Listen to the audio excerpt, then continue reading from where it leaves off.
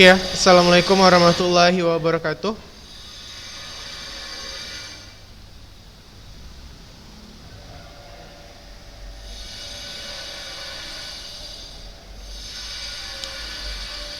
Oke, hari ini kita akan melanjutkan eh, materi kita tentang drama dari yang minggu kemarin.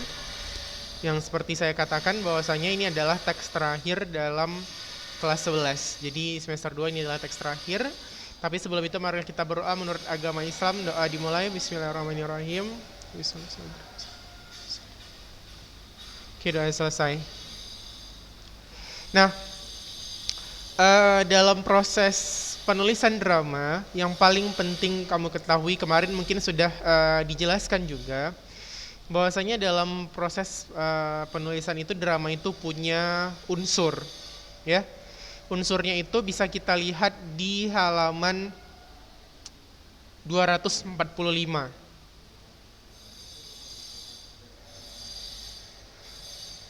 Nah, dalam halaman 245 ini di sini ada beberapa unsur intrinsik. Jadi kalau yang dikatakan unsur itu adalah yang secara intrinsik nampak gitu. Secara teks nampak. Lalu ada namanya unsur panggung atau unsur pementasan. Jadi drama itu kalau ditanya apakah sama dengan karya sastra yang lain? Sebenarnya dari segi unsur sama. Hanya bedanya kalau drama dia juga punya unsur pementasan.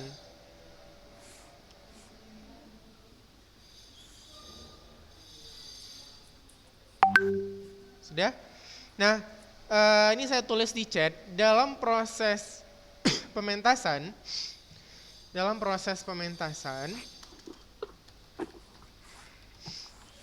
drama itu punya unsur tata panggung namanya. Tata panggung itu terdiri dari sling dan fly. Yang mana kemarin pernah saya jelaskan, kalau sling itu adalah gerakan secara horizontal, sementara fly itu untuk tata panggung secara vertikal. Jadi kalau misalnya kita bergerak secara horizontal di panggung, nah itu namanya tata sling. Sementara kalau ada unsur-unsur seperti naik terbang, naik ke atas, ke bawah, jatuh, itu namanya unsur fly. Nah, terus dalam proses penulisan tata lakon, kita mengenal kemarin ada istilah wawancang dan kramagung. Ya kan? Nah, wawancang itu adalah kemarin dialognya.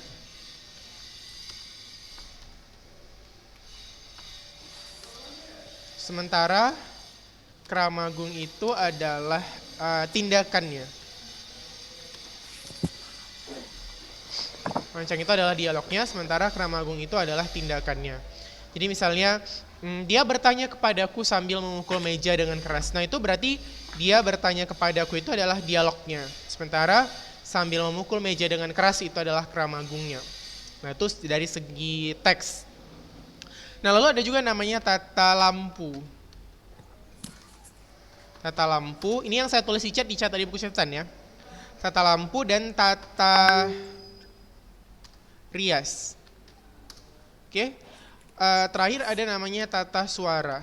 Tata suara itu di dalamnya ada receiver dan mixer.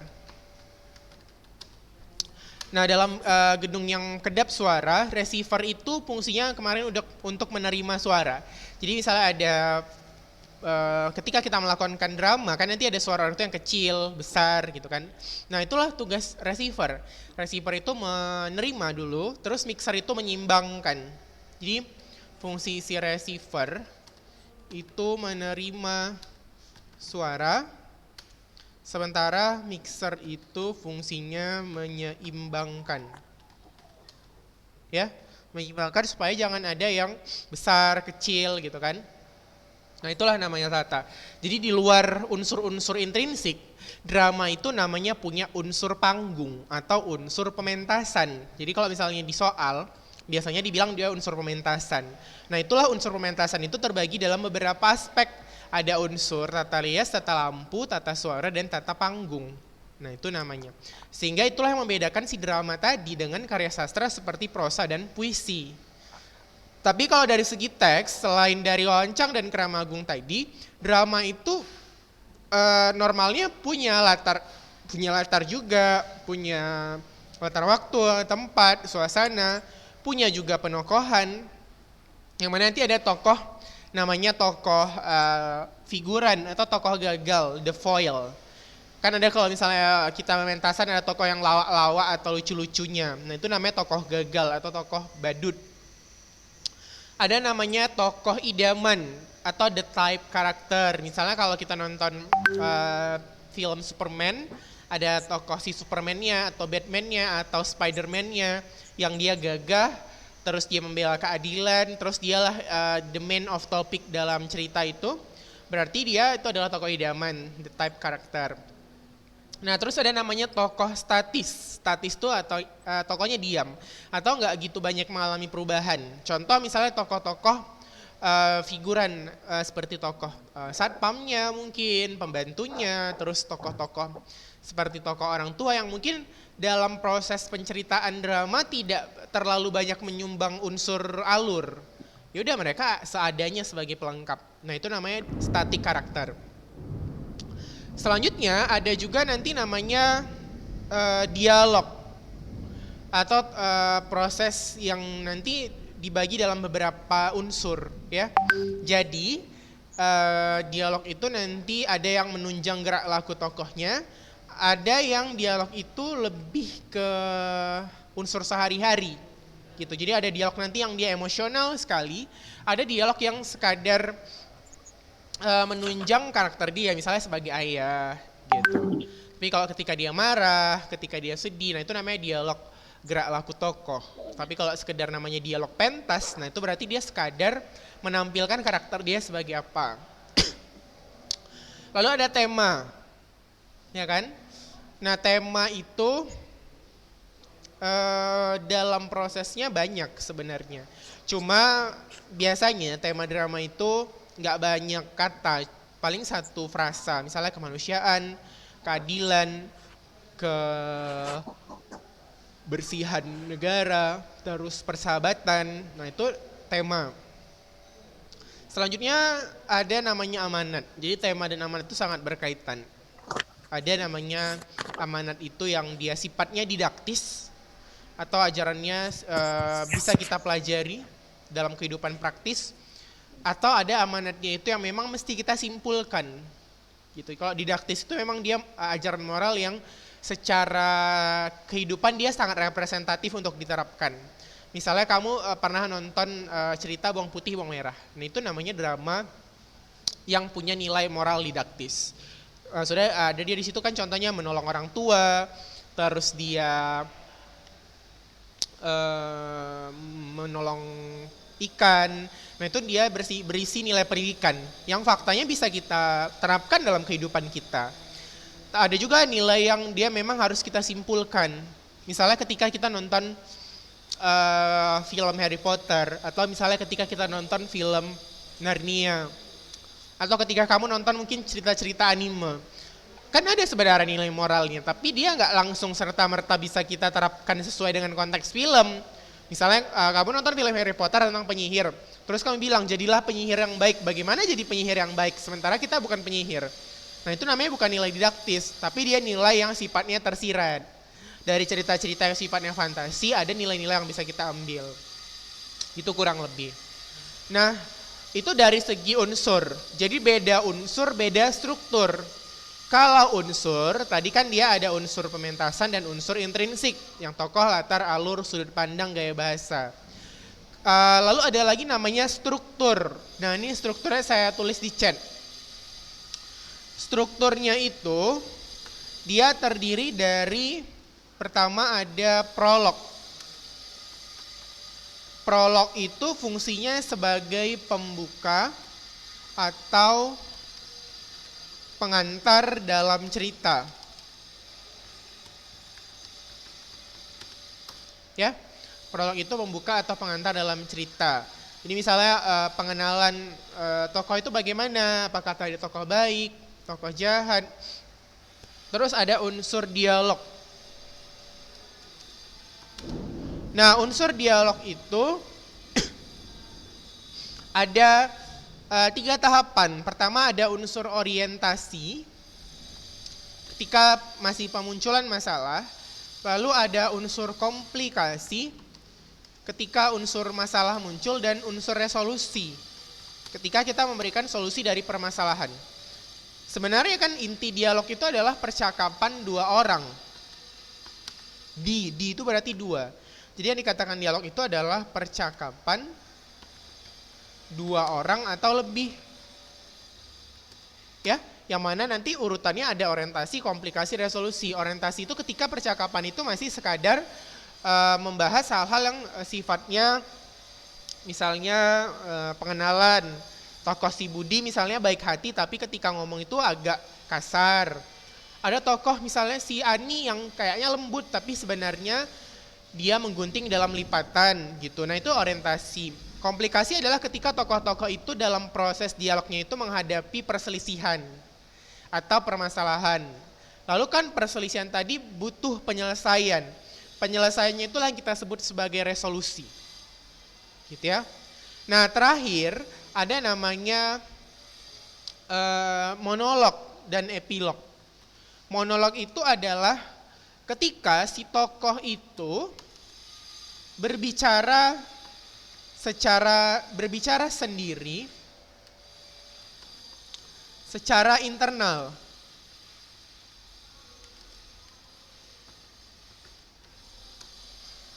Tokoh berbicara sendiri secara internal. Jadi misalnya gini, monolog, ya udah dia bicara sendiri, bukan berarti dia gila ya, tapi dia berbicara sendiri sambil mengedepankan ekspresi secara pribadinya. Misalnya gini, wah betapa malangnya lah nasibku, ya kan? Aku sebagai bawang putih ditinggal sang ibu, lalu ayah pun pergi entah kemana. Dia kan bicara sendiri itu monolog namanya. Jadi dia sebenarnya monolog itu adalah salah satu jenis percakapan yang menjelaskan karakter tokoh tapi lewat dirinya sendiri. Tadi katakan dia mono itu satu. Lalu terakhir ada namanya epilog. Epilog itu epi itu artinya akhir. Jadi ini adalah penjelasan akhir cerita.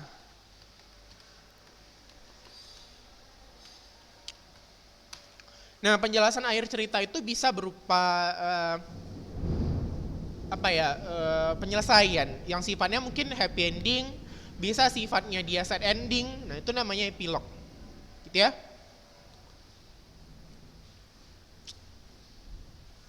Nah, itu dari segi struktur. Jadi dia ada prolog, terus ada dialog, di mana dialog tadi ada orientasi, komplikasi, resolusinya. Lalu beberapa part mungkin ada monolognya, dan terakhir ada penutup yang kita kenal sebagai epilog. Gitu ya. Nah itu dia, dari segi struktur. Jadi bedakan ya, kalau di soal, saya perhatikan sering kalian menjawab soal itu ditanya unsur, kalian jawab struktur, ditanya struktur, kalian jawab unsur. Jadi perhatikan, unsur itu adalah komponen atau komposisi pembentuk. Struktur itu bagaimana susunannya. Contoh unsur dalam kepala kamu, ada mata, ada telinga, ada mulut, ada hidung, ada rambut, ada tengkorak ya. Di dalam tangan kamu atau badan kamu ada jari tangan, ada dada, ada perut. Di kaki mungkin ada betis, ada paha ya kan.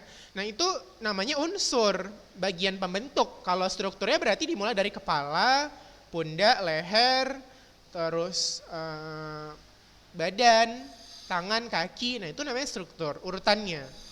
Jadi beda. Kalau yang diminta soal unsur, berarti jawablah sesuai dengan komponen. Di drama itu ada 2 komponen. Tadi kan ada komponen yang sifatnya intrinsik, ada komponen yang sifatnya pementasan. Ya, jadi kalau pementasan, lihatlah tata panggungnya cocoknya bagaimana. Kalau yang ditanya struktur, berarti mulai dari prolog, dialog, monolog, dan epilog. Gitu dia. Jadi beda unsur, beda struktur.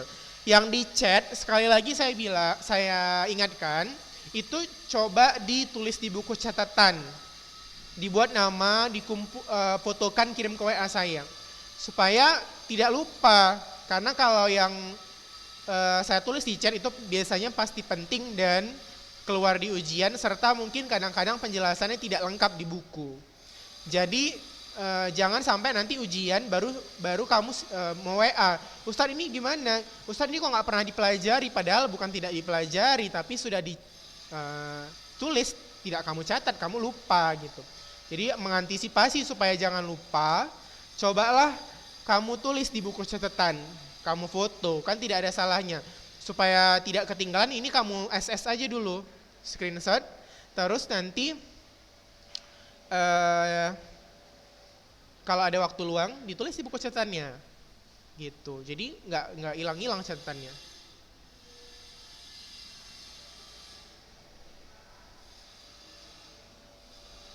Oh, ada pertanyaan ini tentang penokohan pada unsur drama.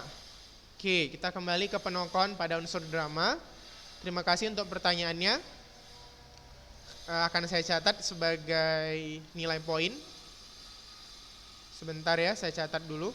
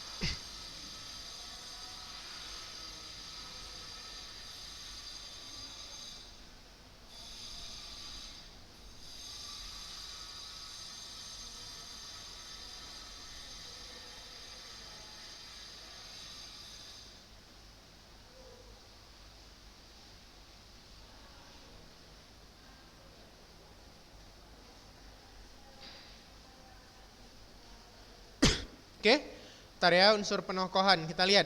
Nah, penokohan ini ada 4 ya. Jadi kalau biasanya kan penokohan itu kalau dalam prosa ada protagonis, tritagonis, antagonis gitu kan. Nah, kalau penokohan dalam drama dia tidak seperti itu. Drama itu kan dia tidak melihat lagi mana karakter jahat, baik dan tengah, karena secara dialog sudah nampak jelas. Tapi dia justru membagi drama itu berdasarkan type of karakternya. Jadi ada tokoh itu yang memang sengaja diciptakan sebagai tokoh gagal atau tokoh lucu, tokoh dagelan namanya. Kalau kita nonton film-film serius juga pasti kan ada tokoh dagelannya kan, tokoh yang lucunya gitu. Yang dia nggak nyampaikan masalah apa-apa, cuman sekedar nambah kelucuan aja. Itu namanya the foil karakter. Terus ada tokoh idaman, type karakter.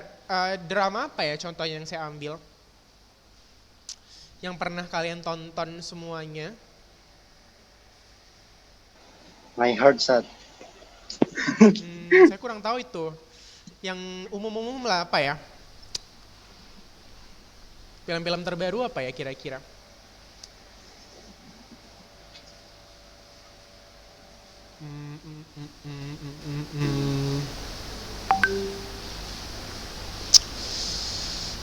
Yang banyak semua orang nonton. Oh, film Disney aja tahu nggak? Film apa yang terkenal Disney ya? Kalian tahu film ini nggak? Film yang kelinci-kelinci polisi itu di Disney? Atau Troll? Zootopia kan? Ah iya, Zootopia. Nah, Zootopia itu kan ada tokoh badutnya kan sebenarnya, seperti tokoh si kawannya kelinci itu yang di kampung, yang dia gendut, yang suka main main-main, terus bertingkah konyol, terus ayahnya yang suka kayak nangis-nangis lebay waktu si kelincinya pergi ke kota. Nah itu namanya tokoh badut, foil karakter gitu. Dia kan sebenarnya kalau kita tanya karakter ayahnya gimana, kita juga nggak tahu gitu. Cuman dalam cerita itu kita justru terhibur dengan kelucuan ayahnya yang mamanya aja biasa aja. Ini ayahnya yang banjir air mata ketika si kelincinya pergi. Terus ada juga tokoh-tokohnya yang masa kecil yang kocak-kocak gitu, atau ada tetangganya yang suka berantem ketika malam hari. Nah itu namanya sebenarnya tokoh foil. Memang di situ sengaja dia dibuat konyol untuk menggambarkan, mempertegas peran si tokoh utama. Kalau the type of karakternya ya si kelinci Zootopia itu gitu. Terus statis karakternya itu adalah tokohnya si Flash. Flash tahu kan yang lambat Oh, itu. yang kukang. Si Kukang itu. Nah itu tokoh statis. Jadi dia static karakter. Dia nggak ada terlalu banyak menyumbang apapun gitu. Atau tokoh yang jadi polisinya, kepala polisinya yang kerbau itu juga namanya tokoh static karakter. Ya udah, gimana kasarnya dia di awal sampai akhir dia juga gitu juga karakternya, nggak ada perubahan yang signifikan. Nah itu namanya static karakter. Terus tokoh yang Kalau berkembang. Nah kenapa? kalau tokoh-tokoh yang ada plot twistnya gitu, Sat, Plot dia twist. nggak nunjukin karakter dia berkembang, tiba-tiba di akhir jadi jahat gitu. Ya itu namanya tokoh berkembang juga termasuk. Karena tokoh berkembang itu adalah tokoh yang berubah dari setia ke berkhianat, atau dia berubah dari karakter dasarnya. Walaupun ya mungkin karakter dasar itu adalah palsu gitu, tetap aja itu namanya tokoh berkembang. Kayak misalnya tokoh si rubahnya itu dalam film Zootopia, kan dia awal-awalnya kesannya kayak baik, jahat lagi, baik lagi gitu kan. Nah terus itulah namanya tokoh berkembang. Yang dia, atau tokoh yang Wali kotanya. wali kotanya, yang kesannya kayaknya baik di awal, rupanya dia ternyata dalang dari semua itu. Nah itu namanya tokoh berkembang. Yang dari segi karakter kita nggak bisa duga dia siapa, dan di akhir cerita kita mengalami perubahan kesimpulan terhadap si tokoh itu gitu. Oh ternyata ini tokohnya jahat toh gitu. Oh ini ternyata yang baiknya gitu. Cuman dia nampaknya aja kasar di luar gitu. Gitu. Itu namanya tokoh berkembang. Artinya ada perubahan dari segi karakter dari awal cerita sampai akhir. Kalau ditanya lagi sebenarnya tokoh jahat atau baik, nah itu kita lihat dari akhirnya. Karena kan segala sesuatu itu dilihat akhirnya. Jadi kalau akhirnya dia jahat ya berarti dia tokoh antagonis dong. Kalau dia akhirnya baik ya berarti dia protagonis, terlepas dari awal atau dia jahat atau baik gitu. Pokoknya dilihat dari akhirnya. Itu namanya tokoh berkembang. Mau dia plot twist, mau dia dari awal udah nampak, tetap aja itu namanya tokoh berkembang. Tapi kalau statis ya dia sekedar ya gimana dia awal gitulah dia akhir, nggak ada perubahan. Kalau idaman ya berarti tokoh utamanya. Kalau The Foil, tokoh-tokoh tambahan yang sebenarnya karakternya nggak bisa kita identifikasi, tapi dia menambah uniknya cerita, mempertegas kedudukan si tokoh utama. Nah itulah namanya tokoh foil, tokoh lucu yang mempertegas kedudukan tokoh utama.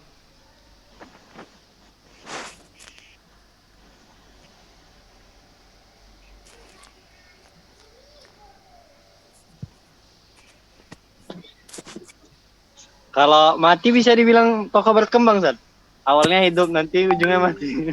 Enggak, kalau mati dia lihat dulu proses kematiannya itu dia jadi jahat atau gimana. Misalnya dia awalnya dia baik gitu kan. Terus dia entah terlibat dalam apa, terus dia jadi jahat, dan dia ketika dia jadi jahat itu dia dibunuh misalnya gitu kan. Nah, itu berarti tokohnya berkembang. Tapi kalau misalnya dari awal dia baik, terus dia terus baik, berkorban jadi pahlawan, terus dia mati gitu. Itu tetap namanya tokoh statis. Intinya dia nggak ada perubahan karakter, sekalipun dia meninggal atau mati dalam cerita itu, ya udah dalam segi karakternya nggak ada perubahan yang signifikan gitu. Nah, itu namanya tokoh statis. Sementara kalau yang berkembang ya lihat, pokoknya dia intinya kalau berkembang itu ada perubahan. Itu namanya tokoh berkembang. Mau dia meninggal, mau dia tetap hidup, lihat aja selama perjalanan cerita dia nggak perubahan. Meninggal pun dia kalau dia nggak ada perubahan ya tetap aja statis. Hidup pun dia, kalau dia bergerak ya tetap berkembang gitu. Jadi nggak masalah hidup matinya sih sebenarnya, tapi bagaimana peran dia dalam cerita itu gitu. Itu namanya pembagiannya seperti itu kalau drama. Karena kan drama ini berdasarkan bagaimana cara kita melakonkan sesuatu gitu. Oke, ada lagi pertanyaannya?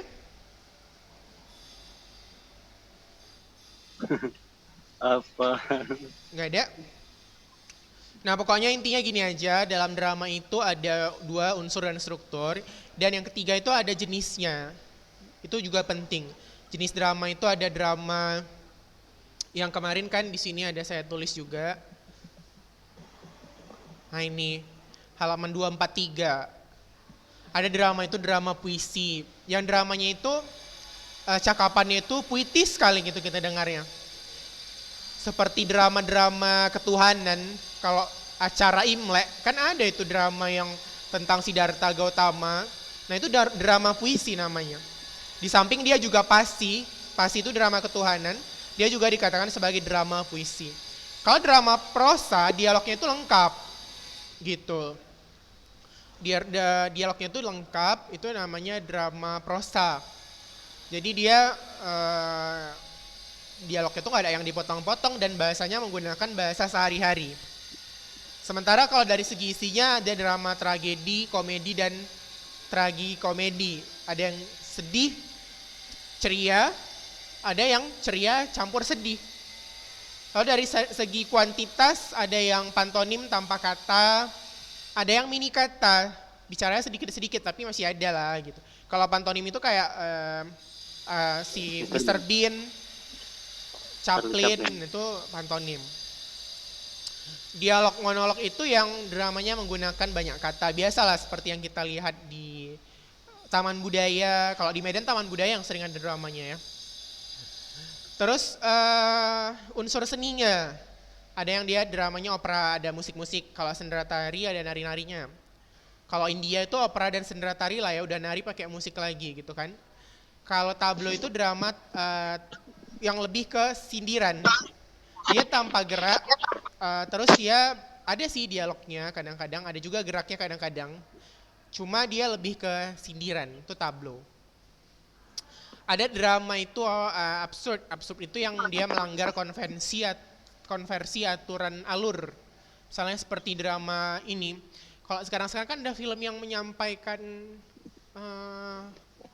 ketabuhan dalam masyarakat. Misalnya drama tentang politikus yang koruptor, tapi nggak ada kata-katanya, itu namanya drama absurd.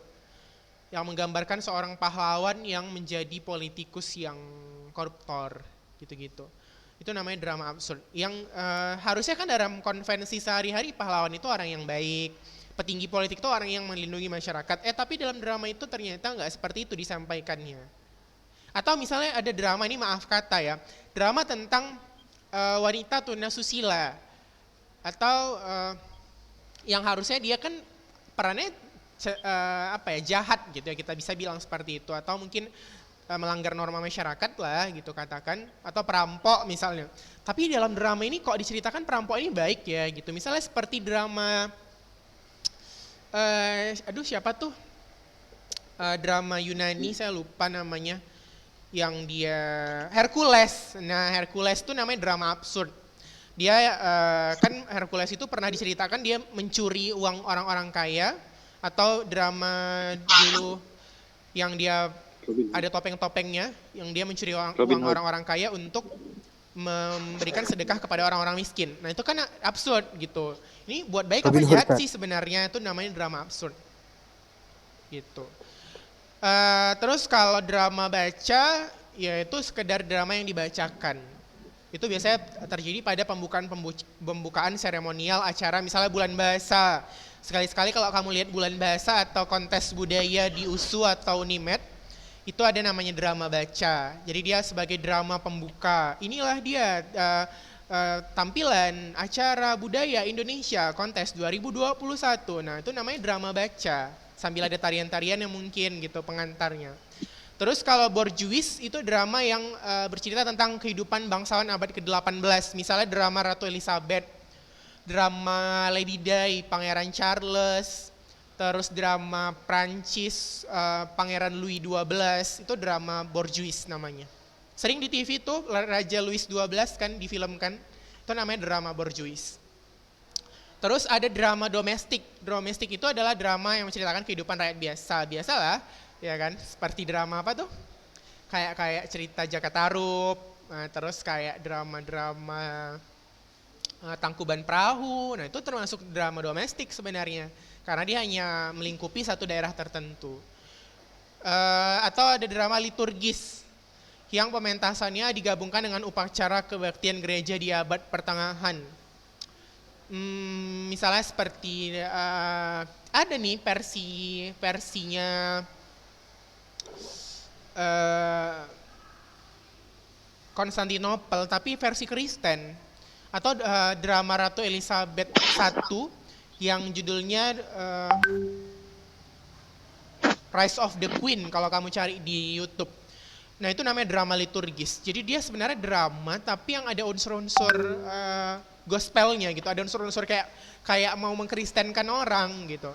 Jadi kalau nggak kuat-kuat pemahaman bisa salah kaprah gitu. Nah, itu namanya drama liturgis. Biasanya jarang beredar di film, maksudnya jarang beredar di televisi karena dia ada unsur saranya. Gitu, kayak misalnya drama Sirah Nabawiyah, film-film kayak Umar bin Khattab, itu namanya drama liturgis. Sekalipun emang nggak selalu si liturgis itu harus tentang gereja gitu. Nah, itu namanya drama liturgis. Nah, itu jenis-jenis drama. Pokoknya drama yang penting kamu tahu unsurnya, tahu strukturnya, tahu jenisnya. Udah itu aja. Oke? Jangan lupa dicatat di buku catatan, buat nama dan kirim ke WA saya sebagai pertinggal supaya kamu juga sambil mengingat. Kalau ada yang nggak paham nanti boleh ditanyakan. Oke, karena waktunya sudah habis, itu saja. Terima kasih sudah hadir hari ini. Jangan lupa diinformasikan ke teman-temannya untuk buat catatan masing-masing. Kalau mau nanti sharing, coba di SS aja tadi yang di chat yang saya tulis itu. Assalamualaikum warahmatullahi wabarakatuh. Waalaikumsalam warahmatullahi wabarakatuh. Waalaikumsalam.